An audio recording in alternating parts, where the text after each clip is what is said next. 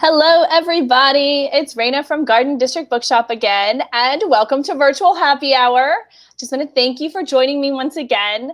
And tonight is going to be a lot of fun because we have two real-life best friends who have joined together to write a book, Billions of Besties, all about best friends. Peggy Panosh uniquely has crafted this dual career as a marketing expert and an artist, and she spent 30 plus years in media and entertainment. She's worked with some amazing people, like Oprah as the head of marketing for the Oprah Show, OWN, Oprah's 2020 Vision Tour. Peggy's illustrations have been seen on CBS Sunday Morning, in the Rosewood Hotels and Resorts, Soho House in New York City. And her illustrations add to this book. They just like top it off for sure. Susie Arons is a strategic communications advisor. She works with some of the most recognized names in entertainment and lifestyle. Netflix, HBO, St. Jude Children's Research Hospital, The Hunger Games, which I'm totally asking her about, The Defiant Ones, the Tribeca Film Festival, to name a few. And she wrote most of the text, all the text for this book, Billions of Besties. And I'm very excited to talk to both of them today. I'm going to click these buttons here and there we are. Hi, guys. Hi. How are you? Oh my God, I'm so good. Now, are we in Nolans or we're not in New Orleans. We're in Nolans. Well, okay. So there's a few different ways to go about that. Nolans is kind of touristy or country. Okay, that's not okay. New Orleans. It's more just New Orleans. You kind of draw out those vowels a little bit in a southern way, but you don't really put a lot of extra accent on it. Unless you're going to be really fancy. And if you're fancy, then you're New Orleans. New Orleans. Yes. New Orleans. That only comes with the parties we were discussing earlier where you get introduced as you come in the door. So I'm excited to talk to you guys because I read this book totally on my own, just picked it up. The publisher sent us a copy at the bookstore and I saw it on the stack. I was like, oh, this looks like fun, and it's a cute little book. And I picked it up, took it home, read it, put it on my own personal Instagram. And Peggy, you were like, oh, thank you so much for liking my book. I was like, no, honestly, I did. I really liked your book. And then, hey, you want to do an event? And then we were talking to your people or talking to my people. And here we are. And that's very exciting for me. And we love New Orleans. We love New Orleans. Awesome. Oh how often do you guys make it down here pre-COVID? This is a pre-COVID question. Well, probably once every 2 years, but I did a surprise party for my husband there where it was a reverse party. And I usually walk in the door and then surprise. What I did was I had my husband and I were we went to a bar and then I had the guests just arrive. And that's such a good idea. So it was the opposite. And we did spend the night before, we had to put people in different places so we didn't run into them. So it was opposite day. So I just love it. That sounds like it takes almost even more planning than a surprise party in one where you are the ones that everybody gets to stay in the same location. And this one, you had to hide people out down the street and in other locations. Well, and I had to, and then people don't always follow directions. And so, and then they freelance. And when that happens, you have to keep pulling your husband into places that he didn't expect to go. You're like, oh, let's go. Anyway, it was just, I can picture that. That does sound like a lot of fun, though. It was so fun. How about you, Peggy? When was the last time you were in New Orleans? Probably the Super Bowl. So that was some time ago. It was a while ago. But I was actually working that Super Bowl. I was part of the halftime show of that Super Bowl. Oh, you're kidding.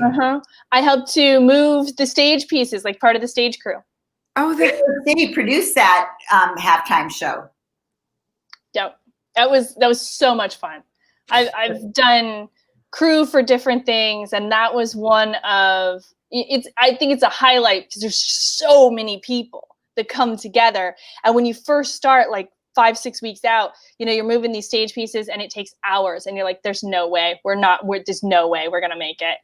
And then of course, when you do, you 2 minutes in and out and you're like, wow, it seems almost impossible. And then all three of us worked Super Bowls. Yay! That's so fun. It does all those shows that seem like these impossible feats, these huge productions. And then once you've done a few of them, you realize, you're going to pull it off. You're still in the back of your head, though, there's still this thing that goes, are we gonna? Yeah, no, we're gonna. We did it before. We'll do it again. Then you're like, well, I don't know. And then you do. And it's worth it. It's worth all the hard work. So you two wrote a book about best friends, and you are best friends. So how long have you guys been best friends, and how did you meet? So we met a little over 30 years ago. I was the marketing director of a rock radio station in New York, and Susie was working for a PR firm. Or wait, was that your own firm? Yeah. That was your own PR firm.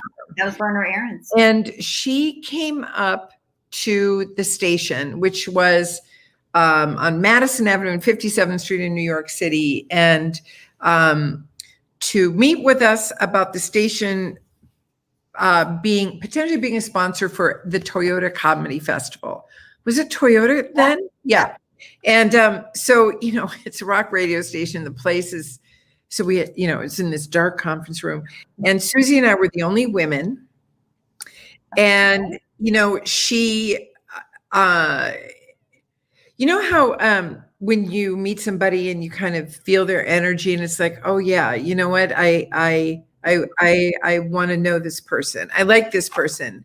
And she was a total badass in the meeting, and she was funny and, really on it. And then we had turns out we had a mutual friend who said, you know what? I know some really great women and you should all know each other. So he had a dinner at a restaurant in the West Village, and which became sort of a regular thing every few months. He invited Susie, me, and some other women, and it just kind of the friendship grew from there. So it started, in business, and then it transcended that into our personal lives.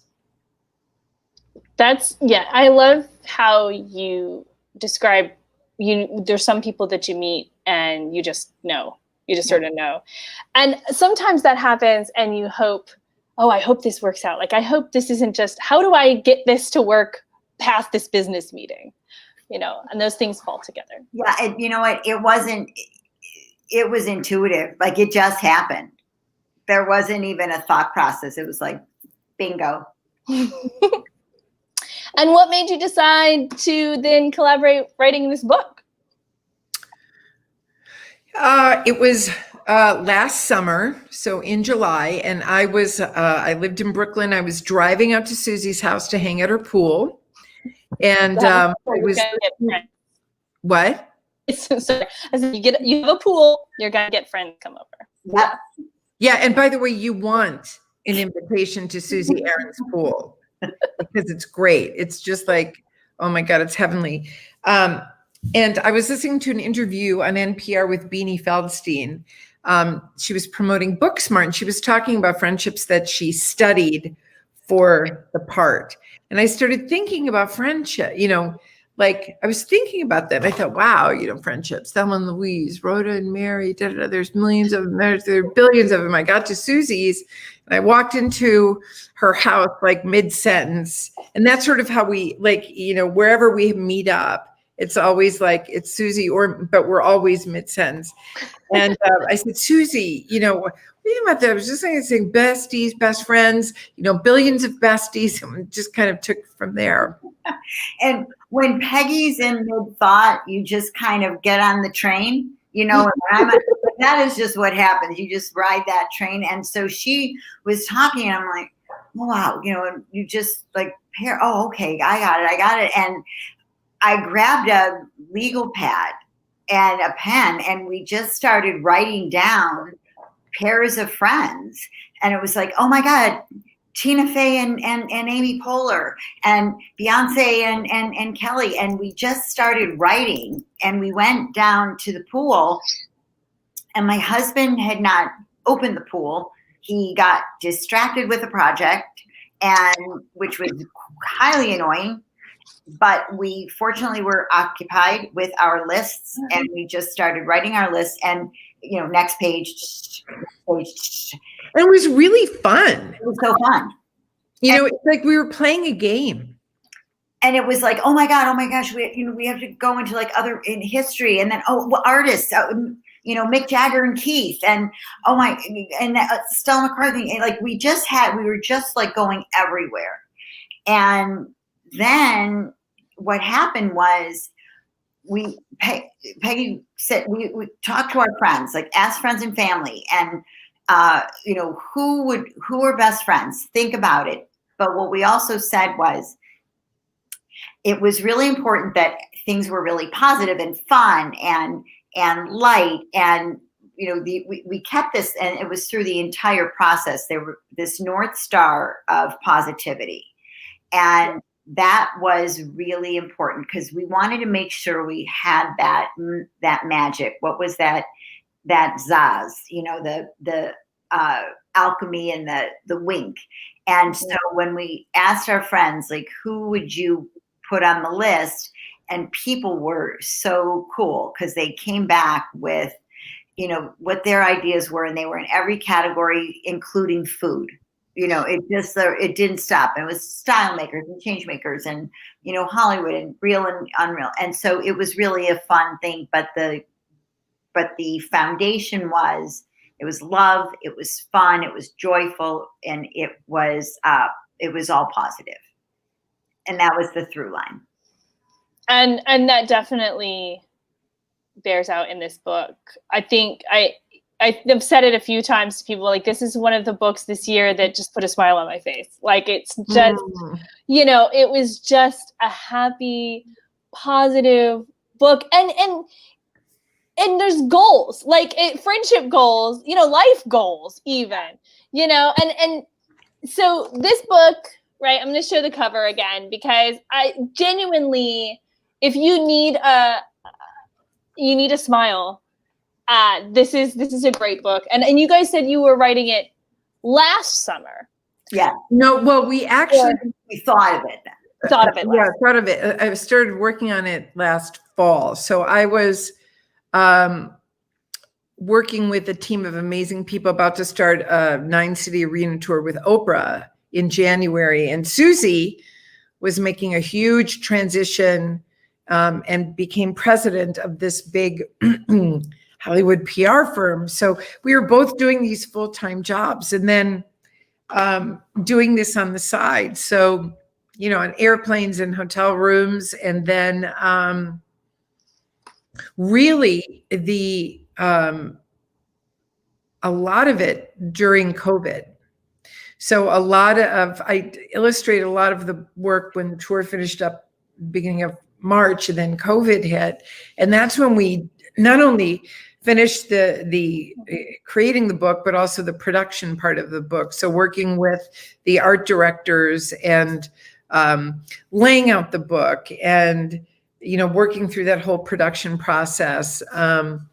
So it was great to be able to work on such a positive and delightful and fun and lovely body of work at a time when the world was wasn't that way. And it was also cool that, our intention, like Susie said, when we created this book, was to have this really positive, vibey, really enchanting piece of work to go out in the world. What we didn't realize is that when the book actually did come out into the world in October, we were close to the election. It was, that was a very challenging time. COVID was still and is, a very real things in our lives. And so having that little piece of light and to celebrate friendships, and really remind each other that, you know, it's like we say in the book, it's like when you have each other's backs, it's everything. And friendships are everything. So it's really, we're fortunate and so happy that it has come out when it did. And there are all these little serendipitous things that have happened, you know, once we had this idea, and we had another idea that we also had worked through. One of Peggy's other best friends introduced her to this wonderful fairy godmother who worked at Tiller Press, which is a new imprint of Simon and Schuster. Teresa DeMasi, who's actually the publisher. Yes, and Peggy said to Teresa, you know, I have these ideas for a book, and I've never done a book, and how do you do a book? But Teresa was so generous and you know, so open-hearted, and she said, you know, try me. And so Peggy said, okay, here you go. But she, you know, it's interesting because she greenlit the book without a proposal. Yeah, I mean, she said yes, and most people, you know, you have to write a proposal, you have to have an agent, Teresa's got this really open heart, and she was like, yes, but you have to get me a proposal, but yes. So, but you have to get me a proposal, you know, and you have to get it by Labor Day, and okay. So then we did a proposal, and that was so cool. And we did a proposal, and we have our best friends, Jenny and Kate, and they are working on the PR with us. And so there's just this like wonderful winding road of people who are working with us and elevating the whole project. So there's just this beautiful universe of stars that are, you know. It's like, it's by best friends, it's for best friends, it's about best friends. I love this theme. When you surround yourself with people who are supportive and you clearly click with, then you can make projects like this. Well, and also too, you know, it's a way that, you know, we lift each other up.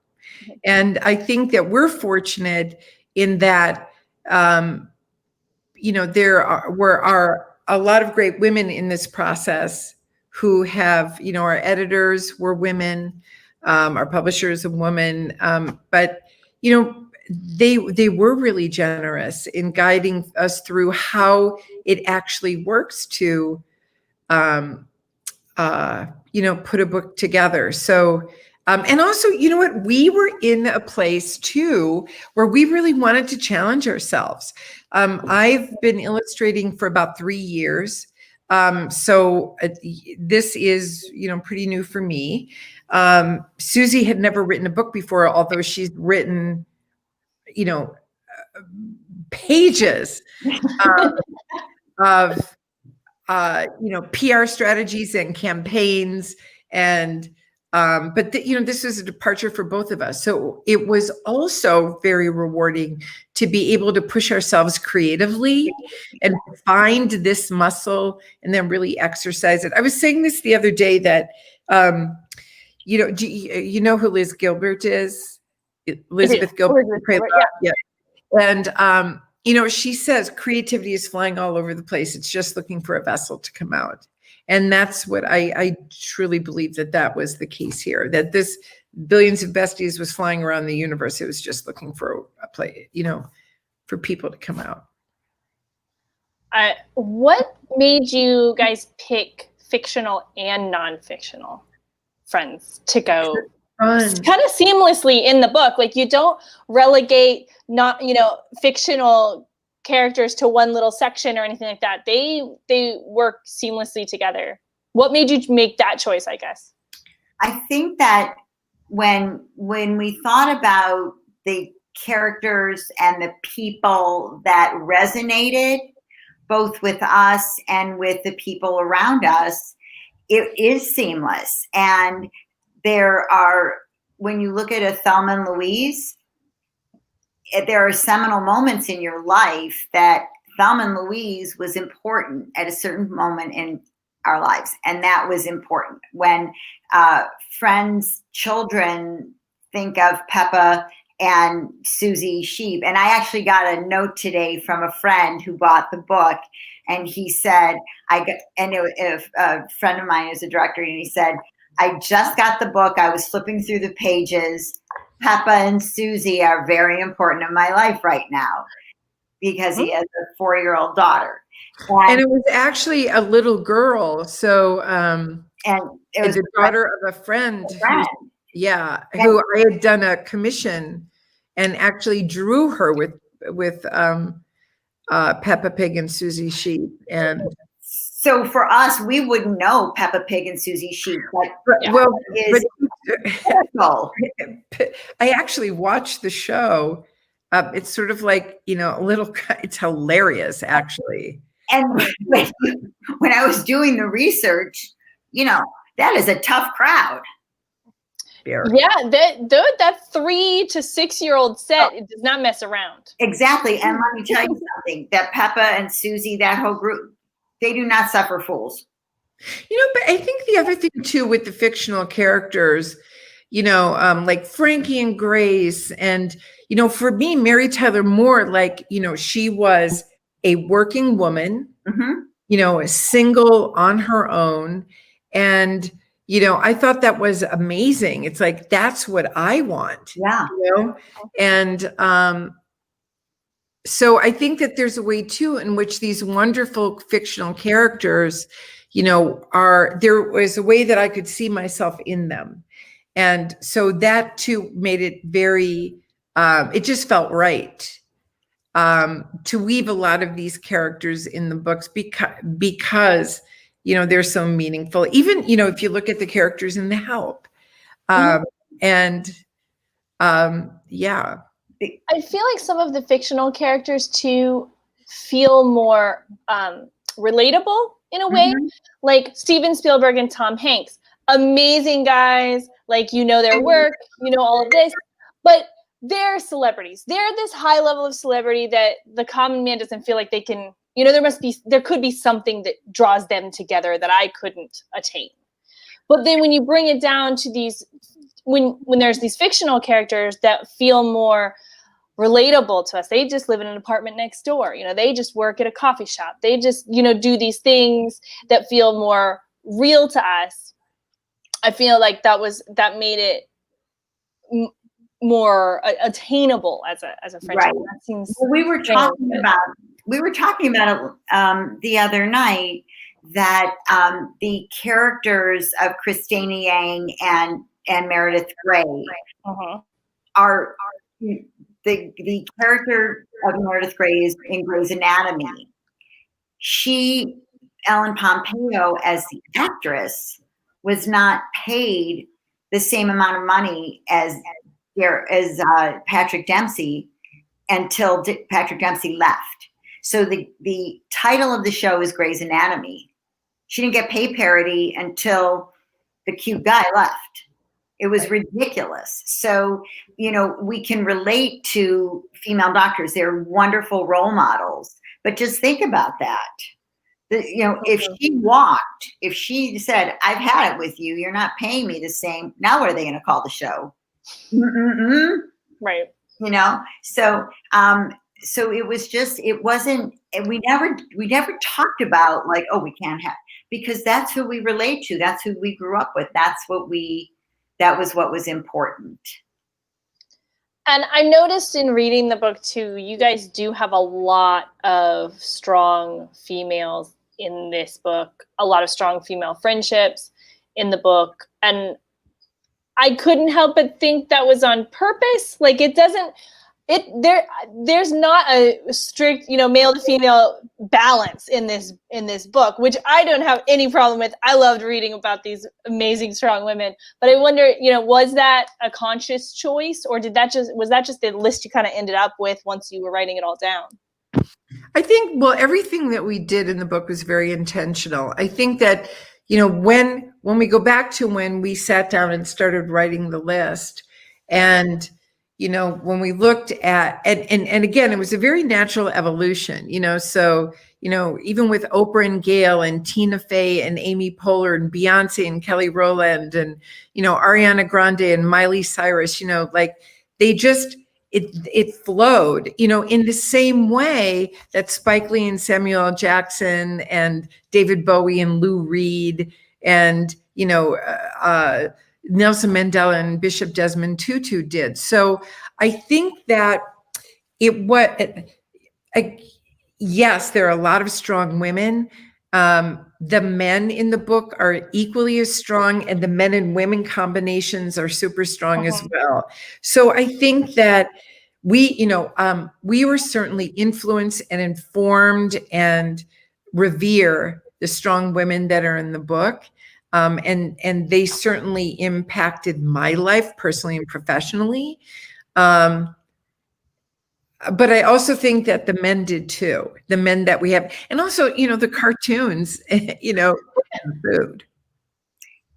For sure. I think we're strong women.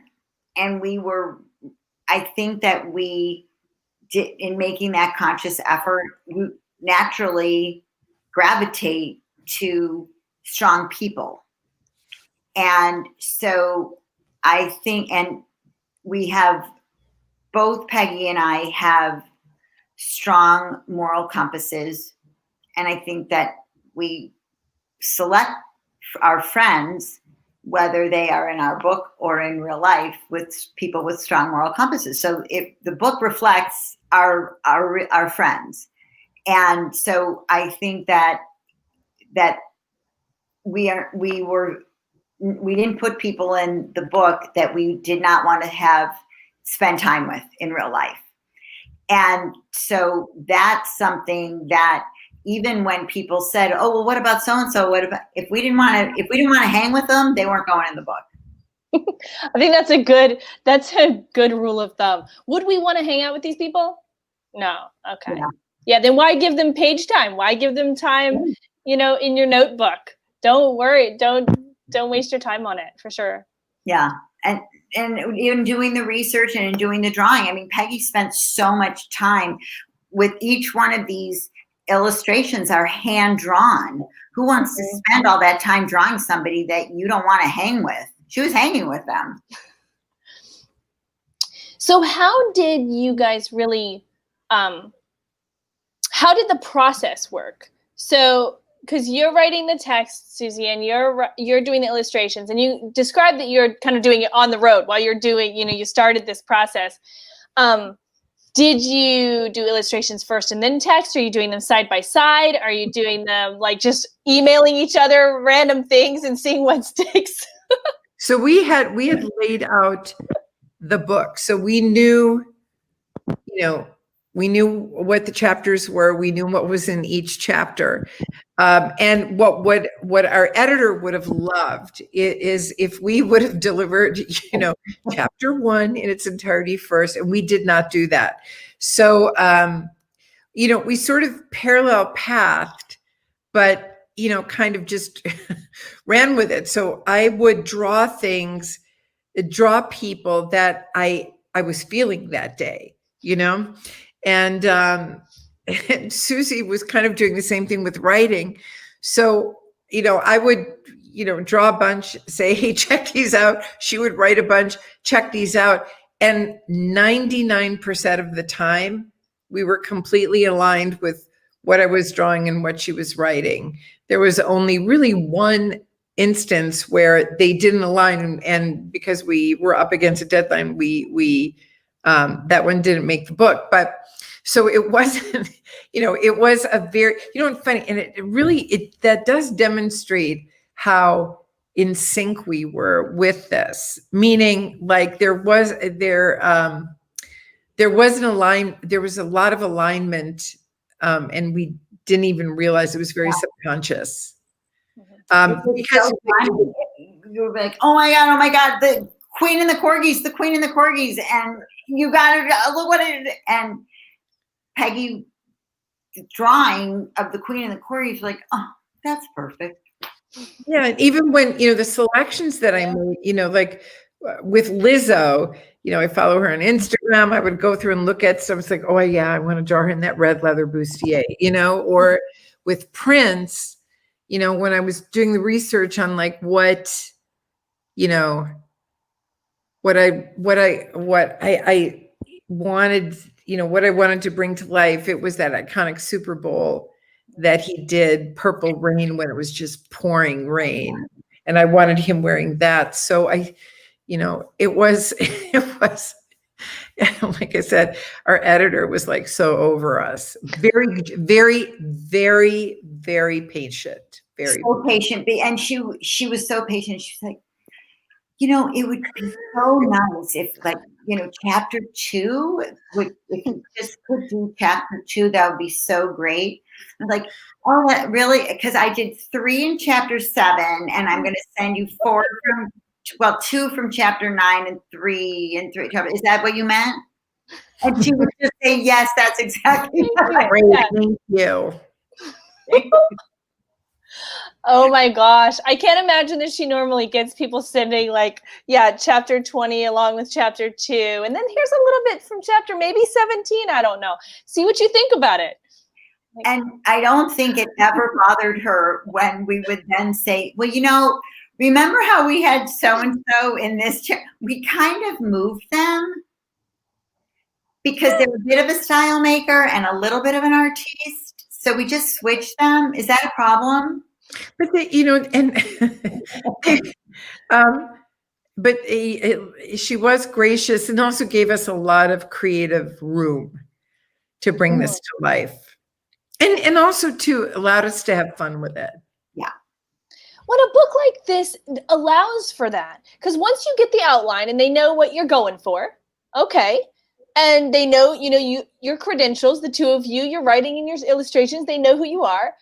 Then you kind of like, it feels like a project like this would be fun in that way because you don't have to nitpick it. You don't have to pull it apart. You just get to have fun with these, choosing the people that you're going to highlight. And with that overarching theme of them being somebody you want to hang out with and being a positive friendship, there's but we also wanted it to be right. Like if you look at your cover is different than the actual cover. And so because it needed to be right. And we were so committed to it being right. And again, Peggy has to, when we change something, she had to redraw. And the redrawing process is not necessarily easy. It's not going on a computer and just going and photoshopping. It's redrawing with pens and markers. And so Beyonce having long hair versus short hair that's complex, but it had to be right. Was that a thing? Oh, you changed No, it was Kelly Rowland. It was Kelly Rowland. Oh, Kelly. Yeah. So Kelly. It's funny, well, because in like looking at when I would draw, I would look at like videos and photos of the people I was drawing, and so with Kelly, she has so many different hair experiences. So it was actually fun. But when we laid out the cover, and I originally saw what I had, it's like, you know what? We can refine this. This can be better. Okay, show your cover one more time because I'm going to show everybody. There's your difference. Right? So Raina has the paperback galleys of the book. Yes. Susie's holding the book is in hardcover. Right. So Susie has the finished product, and I have one that they sent me early on so that I could see. Beyonce's hair is different. Yeah. Yeah. That's so cute. Yeah. That's so interesting. Okay, so how close to publication date did you make that change? I always find these things fascinating. It's not publication date. It is how close to print, Yes, so super close. Super close. And in the pandemic, everything was really difficult because they didn't know if they were going to have paper. They didn't know if they were going to have ink. Everything changed. They had pushed all of these spring books to the fall, and they honestly didn't know what their suppliers had. And so it wasn't because we were being capricious or difficult. It was, we needed to make these changes, but then all of a sudden it was like, oh, you have to get these to us. We don't know this paper. Yeah, those things are very real right now. Another group of things we took for granted just a year ago, where, oh, of course, you just send it to print and it prints and it magically shows up on your door. No, not so much. Which is something that I just want to, this is something that's important to all of us, is that for the booksellers, it's real. We took for granted that you could just go to, Garden District Bookshop any day, anytime. Oh my gosh, I'm going to get my book. And you can't. And so it is so important to buy books from the independent booksellers, and to, whether it's online, whether it's dropping in, whether it's calling and saying, please, could I do curbside pickup? You guys, I think you ship everywhere, if I'm right. Yep. So I would just ask, and I know, and Peggy and I are just so committed. Like, if you're gonna, buy cereal, buy detergent, buy sponges on Amazon, they make a cajillion dollars on that. Buy your books at independent booksellers, and Garden District Bookshop will send anywhere, because you guys need it, and you are making memories for people. And you are the heart of a community. So please, please, please, please, if you are going to buy Billions of Besties. Thank you. Thank you. We have signed copies too. So you can get a signed copy for yourself or for your bestie. Cool. Yes. That's good. So Linda asked how you choose the friends for this book. So we discussed how you guys made your list, and in the overarching idea, but I'm going to twist this a little bit, since we had already started talking about that. Who are some people that were on your list that you didn't get to put in the book for whatever reason? Well, Martha Stewart and Snoop Dogg were actually in the book until we were asked to cut down the pages. And that was a brutally difficult decision. So we have what's called the parking lot. And that's where we hope that we sell enough books that they ask us to do a second book. Yay! The research done, the drawings done, they were in it, and we had to cut them. So they didn't make it. And that was a heartbreaker. We have another one. Jimmy Fallon and Justin Timberlake. But the reason that one didn't make it, and that was another deadline one, I had drawn them. I don't know if you remember on Saturday Night Live when Jimmy Fallon was still a cast member and Justin Timberlake would come on the show. They would do Rappinville, where they would rap dressed up in Christmas wrapping. So that's how I drew them. What Susie wrote was about about their wives. And so when we got those, when we saw, those two came together, it's like, oh my God, it doesn't make any sense. And I didn't have enough time to redraw. She didn't have enough time to rewrite. And what we had didn't really work. So we thought, okay, that one, but they were both parked with the most love and respect, the utmost love and respect. Absolutely. And I could easily see this being a book that you guys could put out another one in a year or two with, you can theme it differently, or you can do a little bit of some, to put a little bit of a spin on it, but easily. I mean, best friends will always be around. And like, there's so many in here that are surprises to me. Yeah. So there are people on this list I'm sure you guys had, especially when you got all the little ones from your friends, where, I would never know some of these. Yeah. And that was so much fun. The discovery part was so fun. Absolutely.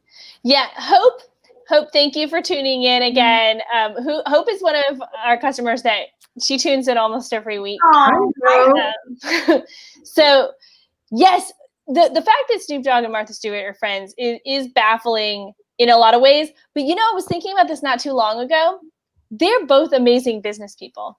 Amazing. So when you think about it from that direction, I bet they have some good conversations over the table about. Martha Stewart she really, really wanted to be friends with Snoop for a long time, and she kept knocking and he didn't answer. And so it took a little while. And so when they finally did come together, that is a real friendship. That's not a made for TV friendship. Right. And so it is, they're buds. And I say that not in quotes. Right. Exactly. So when you did, okay, so I'm going to ask you which ones your favorite ones are, but they might be a different, there's two layers. I have two sets of questions. One, who's your favorite friends out of this book? And the other one is, which ones were your favorite ones to research or to draw? Right? So that could be two different answers to that question. Good question. I think my favorites, Oprah and Gail, of course, because I've worked with them, and Bill Murray and David Letterman, because I've been a Bill Murray fan for like ever. The most fun to draw, I love drawing Janelle Monáe in the Christian Siriano gown that she wore at the Met Gala. That was really fun. Drawing Billy Porter, who was also wearing a Christian Siriano gown. That was really fun. Cyndi Lauper was really fun to draw. Prince was really fun to draw. Lizzo. Iris Apfel was really fun to draw. I don't think there was anything that really wasn't fun to draw. But yeah, that was fun. I love drawing that one. RuPaul and Michelle Visage. Susie, who were your favorites? Well, Marlo Thomas and Gloria Steinem, because I've worked with Marlo for so long, and she and Gloria just are these trailblazers to me. So I love them. And Bette Midler and Julianne Moore, because they are a new best friendship because of their activism, and they fell in love working on the Gloria movie. Oh my gosh, I'm so sorry. A working woman's day is never done. I love Marilyn Monroe and Ella Fitzgerald. Yes. Because they truly were there for one another, and to Ella Fitzgerald never forgot the gratitude and the graciousness of their friendship, and the doors that Marilyn opened for her. And I love Eddie Murphy and Dave Chappelle, Chris Rock, and Tracy Morgan, and Carl Reiner and Mel Brooks. And for those who have not seen the book, we have a chapter called Squads. And in that chapter called Squads are groups of friends, like, what Susie just described, Eddie Murphy and Dave Chappelle and Tracy Morgan and Chris Rock, but also like friends and the cast of Steel Magnolia, the characters in Steel Magnolias and South Park and stuff. So those are Squads.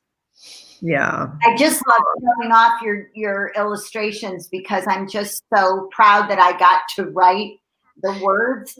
I'm proud I got to drawings. I just like your words. I mean, can you believe this? Look at this. They're amazing. They're brilliant. Susie, your words make my heart sing. I love these. Look at this. I mean, can you believe this? Look at that. They're just, I love them. They make me cry. And Peggy sent Marlo the illustration original of she and Gloria And so, and Gloria and Marlo have a Monday girls group that they get together. So I know, right? How about that? Oh my God. That was another kind of interesting, I was wanted to ask you guys, have you been able to get the book in the hands of any of the people that are in the book, or see the illustrations or anything like that? We have been to the UPS and FedEx stores in our respective communities every week, and for the last, 2 months, and we're on, well, I mean, Peggy's in Wisconsin, so they think she's a superstar and she knows every single person in the book. And they're very discreet. And so, yes, the answer is yes. A lot of people have received them, but now they're starting to receive the actual illustrations. And that's really fun. Because it's beautiful art. If I had, I'd put it on my wall right back here so everybody could see it. I have 4 original Peggy Panoshes in my den. Yeah. Drawing just blows my mind. I draw stick figures poorly. It's just not a thing that I can do. My son, who is about to be 14, he has been able to draw better than me since he was like 3. And you could see it. Yeah, I'm drawing this little stick figure thing, and he's drawn his little stick figure thing, and I was like, oh my gosh, that's already like better than me. You have depth perception. You have these things that I just don't have, and that amazes me. You can, and your illustrations are so, they're true to, you can, like you said, you're drawing people in those particular outfits and things like that. And so when I see them, I'm like, oh, I remember that red carpet. I remember that show. I know where this came from, and that's fascinating. It just brings them to life. Thank you. PeggyPanosh.com. It will blow your mind. There you go. Do it. Or Instagram. You'll see more there. All right. Yes. Check out the Instagram. Well, we're getting close. We're going to wrap up a little bit early this evening for virtual happy hour, but we're getting close to that time. I just want to say thank you so much. And this was a lot of fun for me talking to you guys as best friends, and it makes me think of my best friends. I have a couple of those long-term best friends where you don't see each other that often, but when you do, you just walk into their house and it's cool, and you sit down and there's no stress. How are we gonna eat lunch? It doesn't matter. You just do it. You just figure it out, and those are the best. The best besties. Well, thank you for having us. It was, it wasn't exactly like being in New Orleans, but it feels like being in New Orleans. So. And it's also just your warmth and generosity, and you're so delightful, and we really appreciate you having us and having the book in the store. And like Susie said, Garden District Bookshop and independent shops around the country are, they are the heartbeat of communities. And what we love is that the people who we've met, like you, who work in these bookstores, you curate with heart and not an algorithm. And that makes all the difference in the world. So thank you for what you do. And thank you to everybody else at Garden District Bookshop. We love you, and we want you around for like a zillion years. We're doing our best. You are doing your best. You are the best. You know what they are, Susie? One of the billions of besties. Oh, One of the billions of besties. Oh my gosh. I can only hope to live up to these besties goals in this book. Well, thank you very much. And thank you everyone for sticking with us and watching Billions of Besties. You can get it from the bookstore. You can give us a call. We will deliver it to you. We will ship it to you. And you can go to our website. The link is earlier in the comments, and we will ship it. And we do free shipping if it's over, like it's a tiny little amount. Yeah, it's free shipping over $50. And we will get it to you. We will get it to you one way or the other. And we have signed copies, so it makes great holiday gift. Thank you, Raina. So Right. Thanks, Thank Raina. Happy holidays, everybody. Happy Stay safe.